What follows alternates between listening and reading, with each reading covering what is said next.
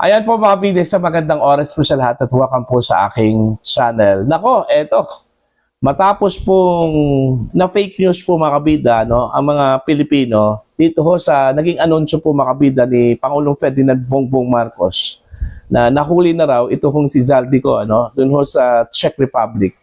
Eto na, meron na pong parang twist po mga kabida, no, ito hong Department of Justice po, ano, posible raw na magkakatotoo po mga kabida yung anunsyo po ni Pangulong Marcos, ano, dito ho sa pagkaka-aresto daw o pagkahuli, ano, mga kabida, kay Zaldico. Okay? Sa loob lang po ng 5 araw daw, ano, mga kabida. So parang tinatrabaho talaga, no, ng gobyerno po ng Pilipinas, ano po, ito hong si Zaldico, ano, para hindi lang po lumabas na kaya-hiya po, ano, at fake news itong anunsyo po mga kabida ni Pangulong Marcos. Okay? Ito, babasahin ko lang po. Itong article po ng ang balita ngayon, ano, mga kabida, ano po.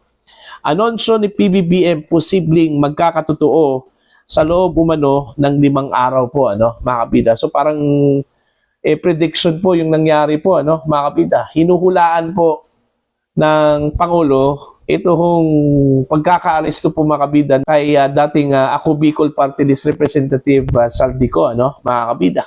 Ngayon, parang yun yung lumalabas po, ano, mga kabida, kasi malinaw po mga kabida, doon ho sa unang anunsyo po mga kabida ng Pangulo na fake news. Okay? Hindi ho totoo. Kasi ang realidad po mga kabida, hindi po inaresto ng mga Czech authorities po, ano, ito hong si Zaldico, ano, mga kabida. Alright? Hinarang lang po ito, okay, mga kabida, ng mga Czech authorities nung pumasok po siya, ano, sa border mismo mga kabida ng Czech Republic. Pero hindi po siya hinuli, hindi po siya inaresto. Magkaiba kasi yung hinarang at saka inaresto o hinuli po, ano, mga kabida. Okay? Kasi pag sinabi mong inaresto, dapat nakadetain yun.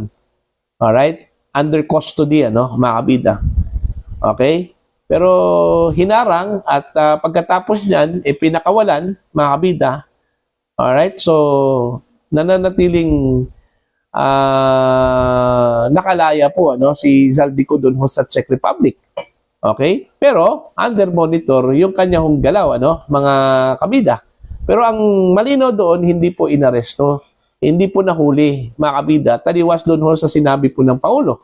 Pero dito ho sa balita po mga kabida, parang tinatrabaho po mga kabida, no, ng Department of Justice para lang po magkakatotoo po mga kabida yung anunsyo po ng Pangulo, ano, na mahuli ito hong si Zaldico, ano po, mga kabida.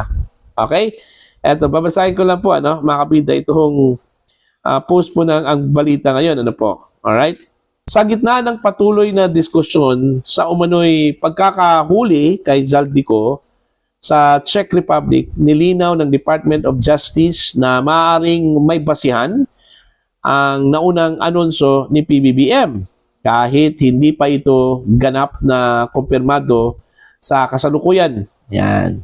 Ito yung sinabi po ng DOJ po, ano, mga kabida. I don't want to speculate na baka premature ang announcement ng Pangulo. It could be a reality 5 days from now. So, anong ibig sabihin po? Premature talaga, no? Kasi unang-una po, hindi po nahuli. Okay? Tapos sinabi po ng Pangulo mga kabida na nahuli. Di ba? So, ang nangyari po mga kabida, premature po, ano, yung kanyang announcement. Mga kabida, parang inuunahan po niya yung Czech Republic authorities po, ano, mga kabida. Alright? Issue ng terminolohiya, arresto versus custody. Yan, ito. Nauna nang ipinaliwanag ng DOJ na hindi angkop gamitin ang salitang naaresto sa kaso ni Ko dahil wala itong arrest warrant sa Czech Republic. Sa halip, ang sitwasyon ay mas may tuturing na pagkakaharang o paglalagay sa kustodiya dahil sa kakulangan ng tamang dokumento. Isang mahalagang pagkakaiba sa ilalim ng kanilang batas. Ayon. So iba daw yung aresto at saka custody. Okay, ang nangyari daw kay Zaldico mga kabida, Hindi daw siya inaresto, walang nangyaring pag-aresto po sa kanya, kundi under custody lang po, ano, mga kabida. So, ano bang pagkakaiba po ng under custody at saka pagkaka-aresto po, ano?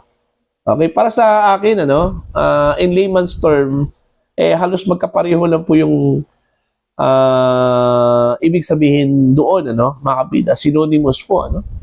Kapag ikaw po ay inaresto, automatic yan, mga kabida, under custody ka.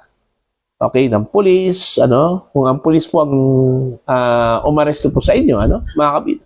Kapag hinarang ka, automatic under custody ka, hindi ganoon eh.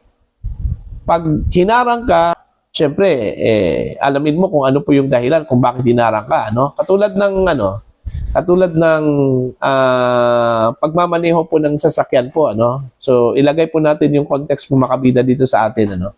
Di ba pag nagmamaneho ka ng sasakyan, mga kabida, no? Dyan po sa daan. Tapos meron pong nag-checkpoint dyan, mga taga-LTO, hinarang ka, no? Tapos hinahanapan ka po ng mga dokumento like registration po ng sasakyan, ano?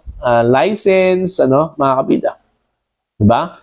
Kapag meron kang may pakita po, okay? So lusot ka, okay? Mga kabida. Pero kapag wala kang may pakita po, so ang gagawin po ng mga taga-LTO sa inyo, bigyan ka ng TOP.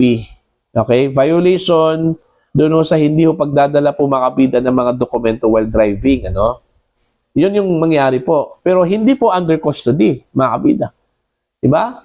So, kapag hinarang po si Zaldico, okay, tapos yun, hinahanapan po ng mga dokumento, tapos wala po siyang may pakitang dokumento po, ano, mga kabida. Alright? Matatawag ba natin yan na inaresto, tapos under custody, ano, mga kabida? Kapag under custody, ibig sabihin po, hindi po nakakalaya yan, ano, mga kabida. Okay? Nasa opisina or nasa detention cell, ano, ng isang law enforcement agency, ano, mga kabida, doon ho sa Czech Republic. Okay? So, para sa akin, magkaiba, hindi din angkop gamitin po itong custody. Siguro, under monitoring, mga kabida, no? Kasi, ang pagkakalam po natin, mga kabida, hindi po kinulong. Okay? Nakakalaya pa rin daw itong si Zaldico, ano? Doon ho sa Czech Republic. Kaso lang, limitado yung kanyang movement, ano? Mga kabida, ano po? Okay? Ito, tuloy po tayo. Dahil sa sensitibong usapin, nagtungo na sa Czech Republic sina Vida at iba pang opisyal upang personal na kumpirmahin ang mga detalye at ayusin ang mga susunod na legal na hakbang para sa posibleng pagbabalik ni Zaldico sa Pilipinas.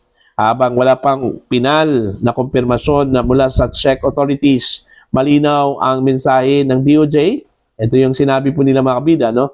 Posible umanong magkakatotoo ang naunang anonsyo ng Pangulo sa loob ng 5 araw, ano, mga kabida. So, ibig sabihin po, itinatrabaho po ng DOJ, ano? Kung hindi man po nahuli si Zaldico, kung nakakalaya man po siya, mga kabida, doon sa Czech Republic, posibleng tinatrabaho po ng DOJ itong paghuli po, ano? Pag-aresto po, mga kabida, kay Zaldico, ano? Doon po sa Czech Republic. Ngayon, ang tanong, ano po yung grounds kung bakit arestuhin po nila, no? Itong si Zaldico, ano, mga kabida. Unang-una, wala naman po siyang kaso po doon sa Czech Republic, ano? Kung meron man po siyang violation doon sa hindi ho niya pagdadala po, mga kabida, ng mga dokumento, ganoon na po yon. Okay? Pero hindi ibig sabihin po, mga kabida, meron po siyang kaso. Kasi ang sinabi po ng DOJ po, ano, mga kabida, kung bakit ayaw ho nilang gustong gamitin itong term na arrest, kasi wala hong warrant of arrest laban ho kay Zaldico doon. Kasi yung warrant of arrest, mga kabida, ay nandito sa Pilipinas, wala ho sa Czech Republic, ano? Okay? So, hindi daw angkop gamitin ang arrest. Ano bang maganda gamitin na termino dito ho sa sitwasyon po ni Zaldico, ano, mga kabida? Okay? Mas mabuti daw, o mas angkop daw itong custody. Para po sa akin, hindi ata angkop din itong custody.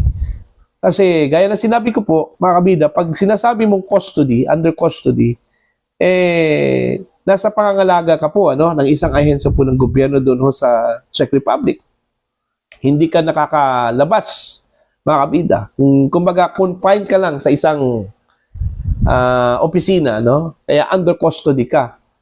Alright? Yun yung aking pagkakaintindi po, ano, mga kabida, ano po.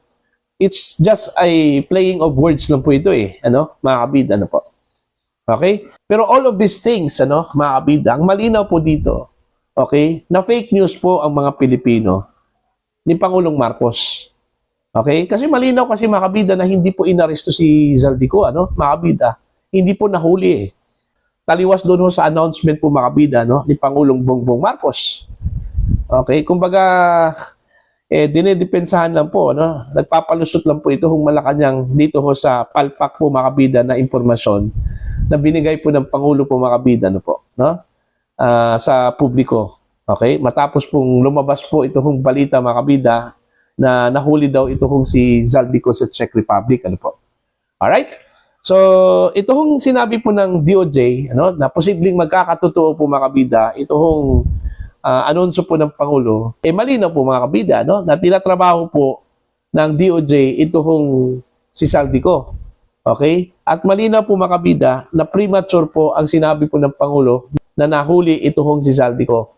Which is, ang totoo po, in reality, hindi po ito hinuli ng mga otoridad ng Czech Republic, mga kabida. For your comments and for your opinion, please comment down. Sa mga hindi pa po subscriber po sa aking channel, please subscribe. Just click the subscribe button, click the notification bell, click all para updated po kayo mga kabida sa aking mga uploads. Maraming salamat po sa inyo lahat.